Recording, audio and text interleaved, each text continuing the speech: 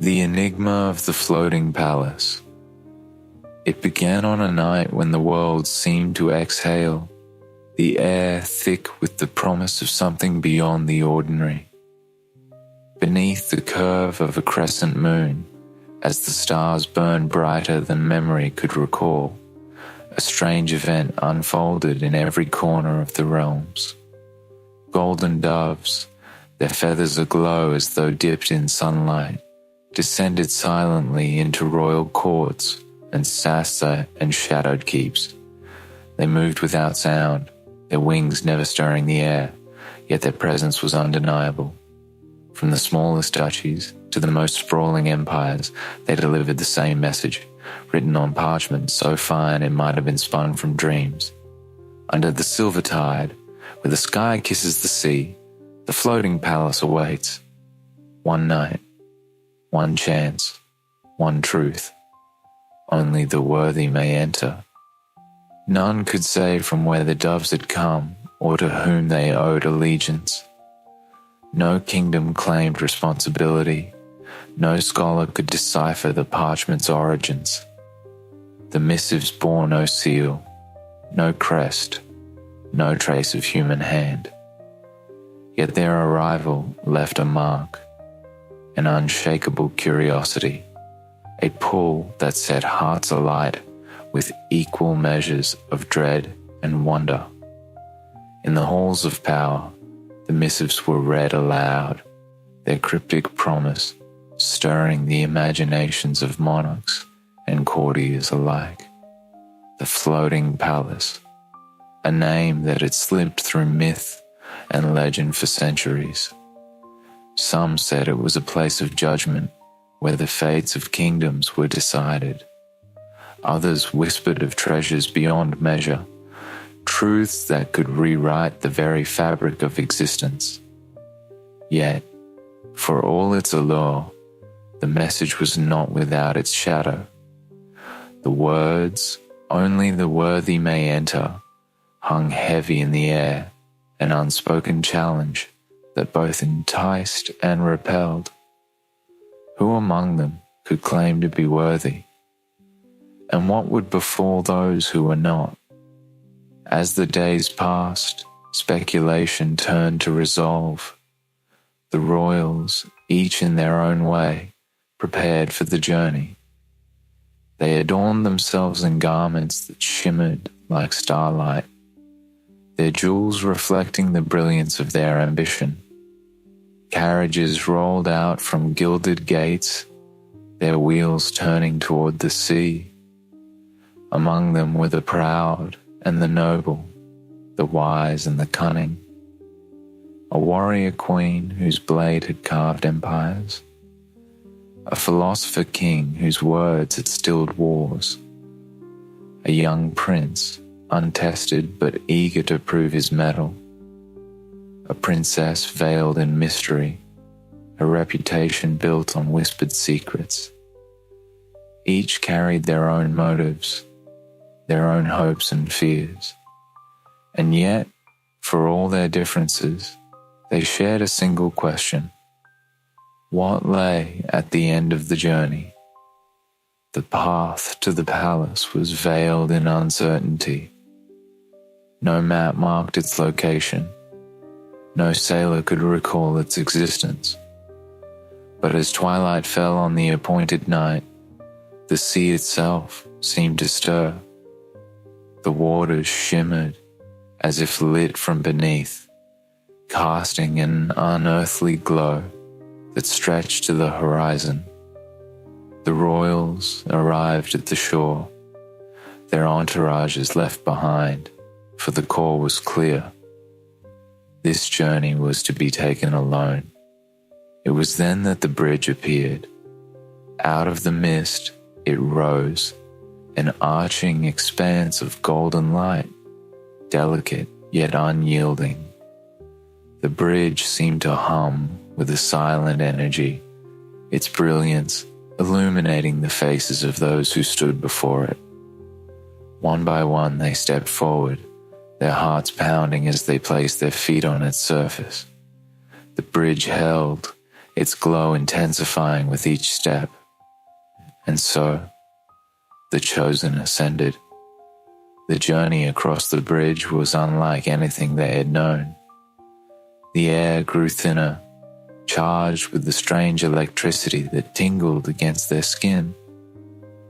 The stars above seemed closer, their light sharp and vivid. Far below, the ocean stretched into infinity, its waves shimmering with the same golden glow as the bridge. As they climbed higher, the floating palace came into view. It was a vision out of dreams, a citadel of light and shadow, its spires reaching toward the heavens. It floated above the sea, untethered by gravity, its walls shimmering like water caught in moonlight. The air around it seemed alive, pulsing in time with an unseen heartbeat. For a moment, they hesitated, caught between awe and trepidation. But the bridge left no room for doubt. It carried them forward, its glow drawing them inexorably closer. At last, they reached the gates. They stood open as though expecting their arrival, and beyond them lay the palace's labyrinthine halls, alive with mysteries that defied reason. The royals stepped inside, their footsteps echoing in the vast, silent space. The doors closed behind them, sealing their fates, and the floating palace, silent and enigmatic, waited to reveal its truths.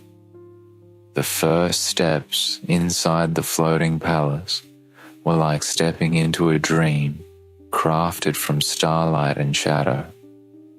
The gates that had swung shut behind the royals faded into nothingness, leaving only a vast corridor that stretched endlessly forward.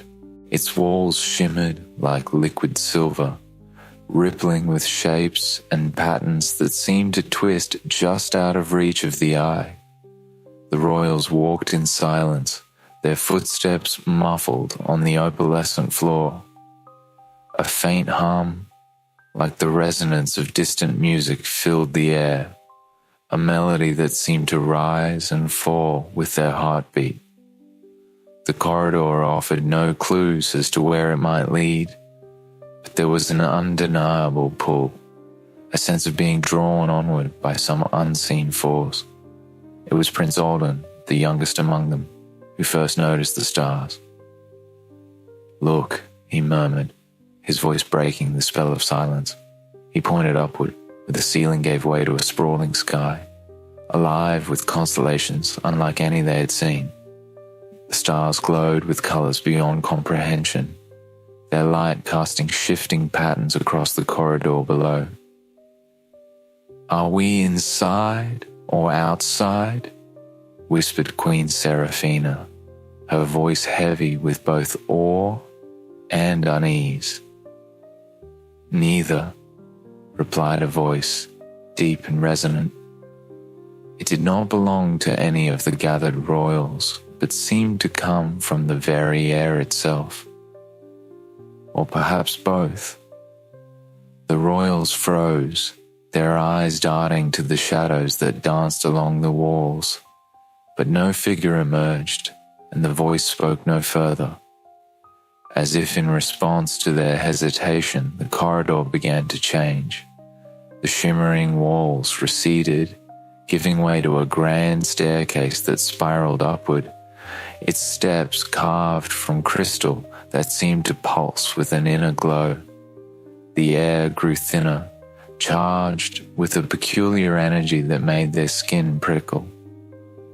They ascended the staircase in single file, their movements slow and cautious. The hum in the air grew louder with each step, resolving into a haunting melody that seemed to come from everywhere and nowhere. The staircase spiraled higher and higher, the constellations above shifting and swirling as though alive. It was Princess Lysandra who noticed the figures first. "Look there," she said, her voice low but sharp, pointing to the edges of the staircase. Shadows moved there, wisps of darkness that flickered like candle flames. They took on vague, human-like shapes, their forms fluid and indistinct. The shadows did not approach, but they lingered at the periphery, watching in silence. "Are they people?" asked King Edric, his hand instinctively going to the hilt of his sword. "No," said Queen Seraphina softly, her gaze fixed on the shifting shapes. "Not anymore." The shadows made no sound, no movement toward them. They simply existed, a silent reminder of the enigma that surrounded them. Finally, after what felt like hours, the staircase ended, opening onto a vast hall. Here, the floating palace revealed itself in full splendor. The walls shimmered like moonlit water, their surfaces alive with shifting patterns that seemed to tell stories no one could understand. Columns of light rose from the floor, holding aloft a ceiling that was both there and not there, the constellations above spilling their glow into the room below. At the center of the hall stood a single door, its surface made of polished obsidian that reflected no light. Above it, an inscription glimmered faintly, written in a language none of them recognized. Yet, as they stared at the words, a meaning emerged in their minds, as clear as if it had been spoken aloud. To pass within, leave behind all that binds you. Only the unburdened may enter. The royals exchanged uneasy glances. The words carried a weight that could not be ignored. What did it mean to be unburdened?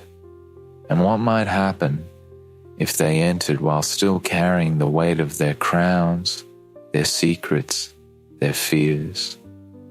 But the pull of the palace was undeniable. One by one, they stepped forward, their hands brushing the door's cool surface.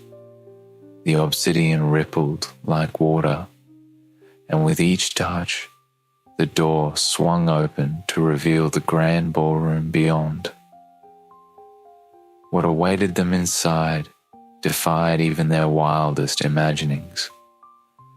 A place where reality bent and shimmered, where the line between dream and truth blurred. And yet, the sense of being watched, of being tested, lingered. The floating palace had not brought them here by chance. It was preparing them for something. What that something was remained shrouded in mystery, but the royals could feel its weight pressing down on their souls. As they stepped into the ballroom, the door behind them dissolved into shadow. The ascent was complete, but the true journey was only beginning. The ballroom was like no place they had ever seen. It stretched endlessly, the boundaries of its walls dissolving into an infinite haze of starlight and shadow. The floor was a mosaic of mirrored tiles, reflecting not the guests, but fragments of the constellations that loomed above. Here, the universe seemed to bend, its laws yielding to the will of the floating palace. Suspended in midair, lanterns of soft, golden light drifted slowly, their glow casting gentle patterns on the shimmering floor. The air was perfumed with a scent none could name, but all found intoxicating, at once familiar and utterly alien. like a memory from a life half forgotten. The royals stood at the edge of the room, their gazes sweeping across its expanse. They were not alone. Other figures cloaked in flowing veils of light moved through the space, their forms indistinct, their faces obscured. These spectres, if they were spectres, glided in pairs, their movements synchronizing with the music that filled the room. The melody was unlike anything the royals had ever heard. It was neither joyous nor mournful, neither fast nor slow. Yet it pulled at their hearts in a way that words could not describe. It was a song of the stars, of eternity itself. A figure emerged from the haze, its features hidden behind a mask of obsidian. Draped in a robe that seemed woven from night itself, it carried an air of quiet authority. With a gesture that needed no words, it extended its hand, and a veil of light materialized over each royal, shrouding them in anonymity. The royals looked at one another, their veils rendering them faceless. There was no crown here, no symbol of rank or status. In this place, they were stripped of their titles, their burdens. They were simply themselves, or so it seemed. The figure stepped back into the haze, and the music shifted. It grew richer, deeper, and with it came a compulsion too strong to resist. One by one, the royals were drawn onto the mirrored floor, their movements guided by the unseen force that bound the palace together. They danced. It was not a dance of skill or precision, but of instinct, as if their bodies were responding to some ancient rhythm buried deep within their souls. The veils of light softened the edges of their forms, blending them with the constellations reflected on the floor. They were no longer individuals, but parts of a greater whole, moving as though in a dream. The moments bled into one another, time losing all meaning. As they danced, strange things began to happen. A prince, spinning with an unknown partner, caught a glimpse of his reflection in the mirrored tiles. But it was not his face he saw. It was a child's, eyes wide with wonder and longing. A queen, her veil shimmering like water, felt a sudden warmth in her hand. She looked down to see that she was holding not the hand of her partner, but the ghostly outline of her long-dead lover. Tears slipped silently beneath her veil, vanishing before they reached the floor. For some, the visions were fleeting. For others, they lingered, wrapping around them like a second veil, whispering truths they could not ignore. Yet, the dance continued, the music binding them to its will. At the center of the ballroom, unnoticed until now, stood a mirrored pedestal. It was a small, unassuming structure, but it seemed to pulse with the same rhythm as the music. Atop it, an hourglass gleamed, its frame carved from silver and inlaid with stones that glowed faintly. Inside, stardust trickled slowly, each grain falling with a resonance that seemed to echo in their very bones. As the hourglass emptied, the music grew softer, the pull of the dance weaker. One by one, the royals slowed, their movements ceasing as they turned their gazes to the pedestal. The veils dissolved into mist, revealing faces marked by wonder, sorrow, and a quiet, growing fear. The music stopped. The silence that followed was not empty. It was heavy, expectant, as if the palace itself was holding its breath. The hourglass held only a single grain, of stardust now, poised on the edge of falling, and as it dropped, a voice spoke, not aloud, but directly into their minds. It was the same voice they had heard upon entering the palace, deep and resonant, carrying the weight of eternity.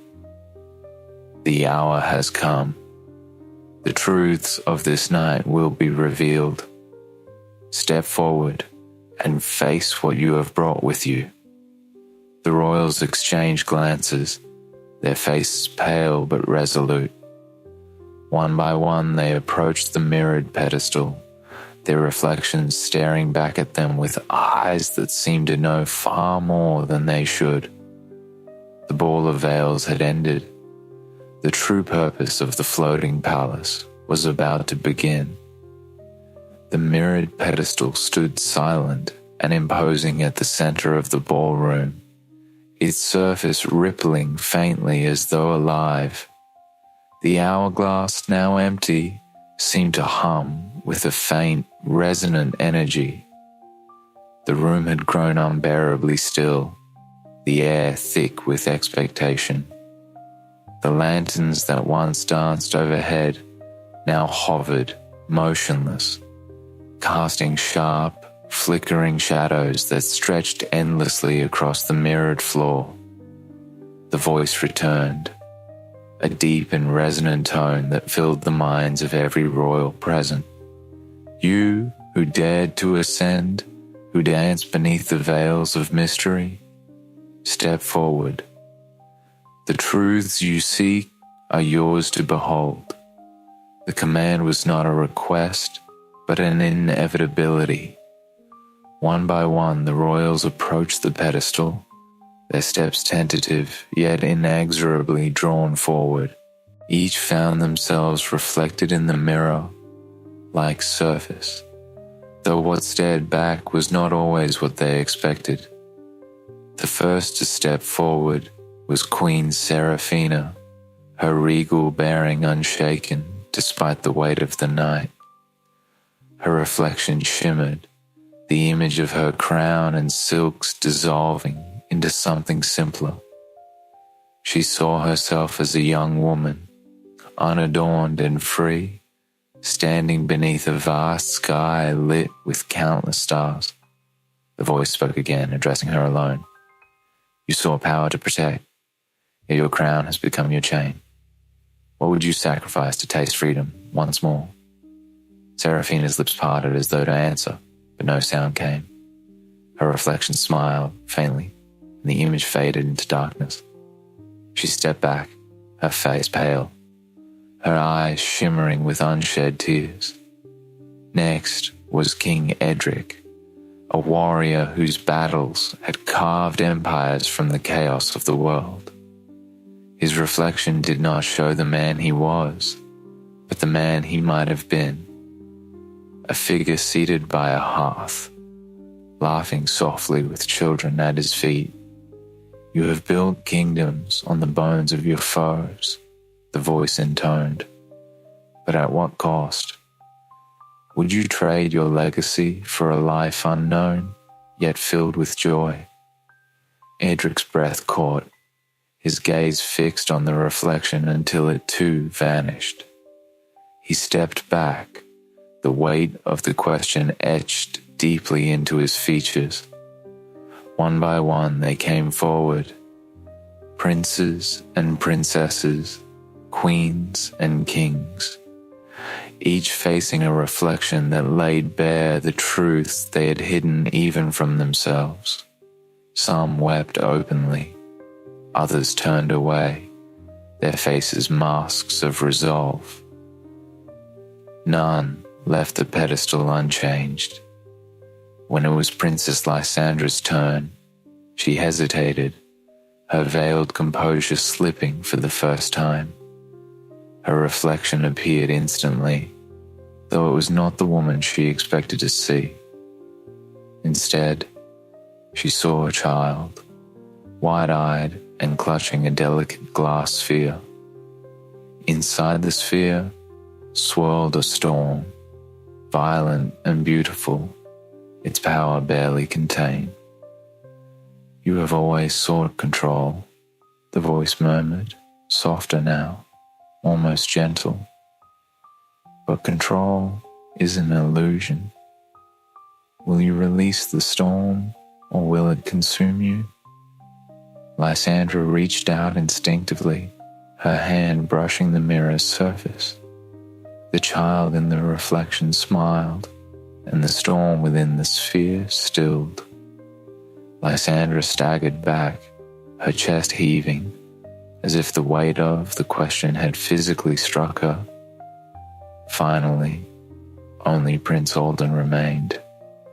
The youngest of the assembled royals, his face was pale, but his steps were steady.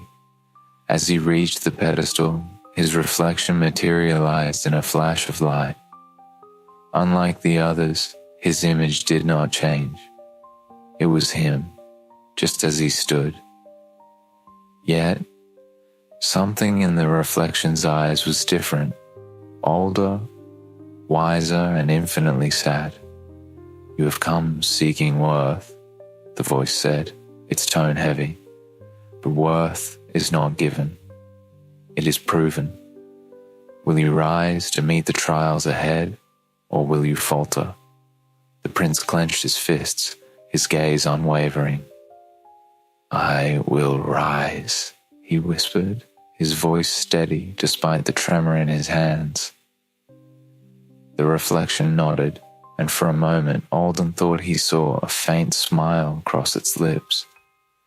The last of the royals stepped back, and the voice spoke once more, now addressing all who stood in the ballroom. You have glimpsed your truths, but the path forward is yours to choose. Some will lead to glory, others to ruin. Know this, the floating palace grants no promises, only the clarity to see.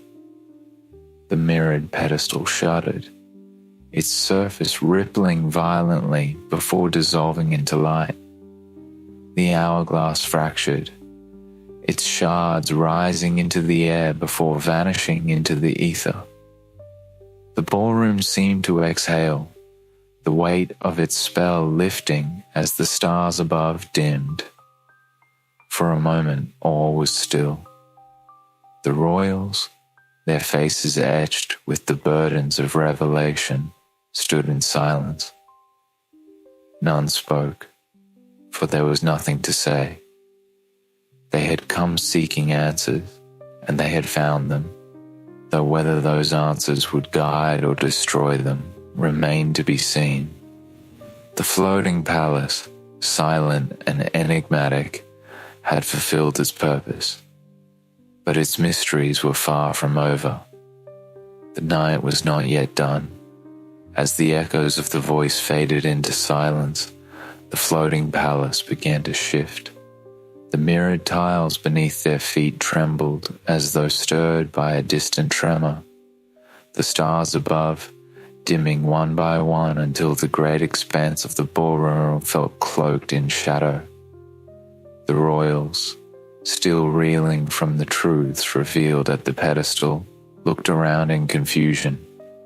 The air had grown heavier, thick with the sensation of finality, as if the palace itself were preparing to release them back into the world. And then it began.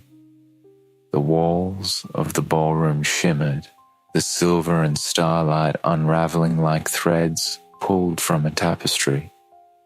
Columns of light bent and fractured, dissolving into glittering fragments that swirled upward into the void above. The mirrored floor rippled as though made of liquid, its reflective surface breaking apart to reveal an endless expanse of swirling mist below. Is it ending? Whispered Prince Alden, his voice barely audible. No answer came, but the palace seemed to respond in its own enigmatic way. The fragments of its dissolution began to coalesce, swirling into spirals of light and shadow that danced through the air.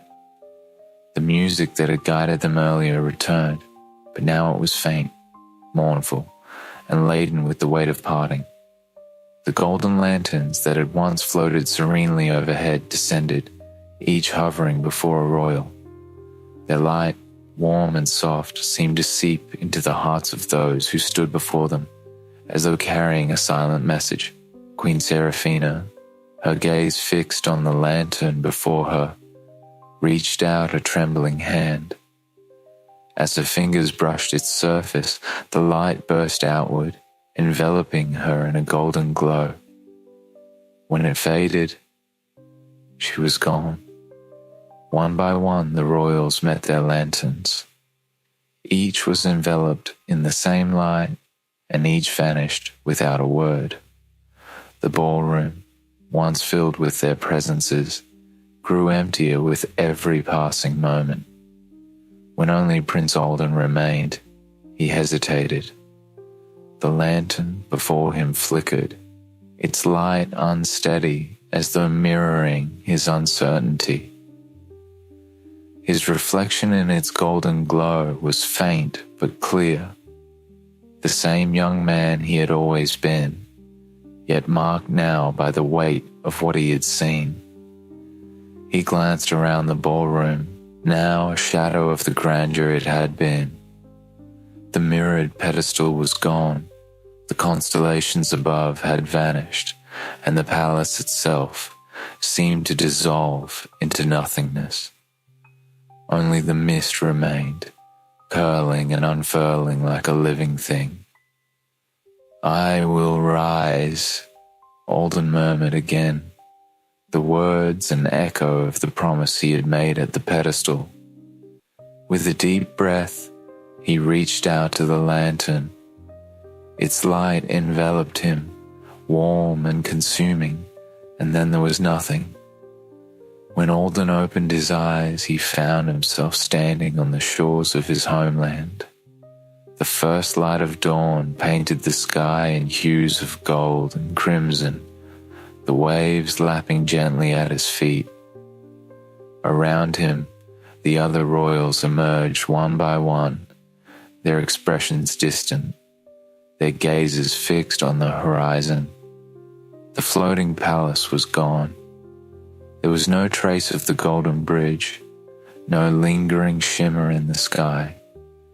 It was as though the palace had never existed, yet each royal carried its mark, a shadow in their eyes, a weight in their hearts, and a certainty that their lives could never again be the same. For some, the revelations they had faced would guide them to glory. For others, they would become burdens too heavy to bear. None spoke of what they had seen. The truths revealed by the palace were theirs alone. And so, in silence, they turned and began the long journey back to their realms. But even as they walked, the wind carried a faint, haunting whisper, a voice that seemed to come from nowhere and everywhere at once. One night, one chance, one truth. And with it came the unspoken promise that the floating palace, enigmatic and eternal, would one day return to cast its light and shadow over the world once more, world once more, world once more, world once more, world.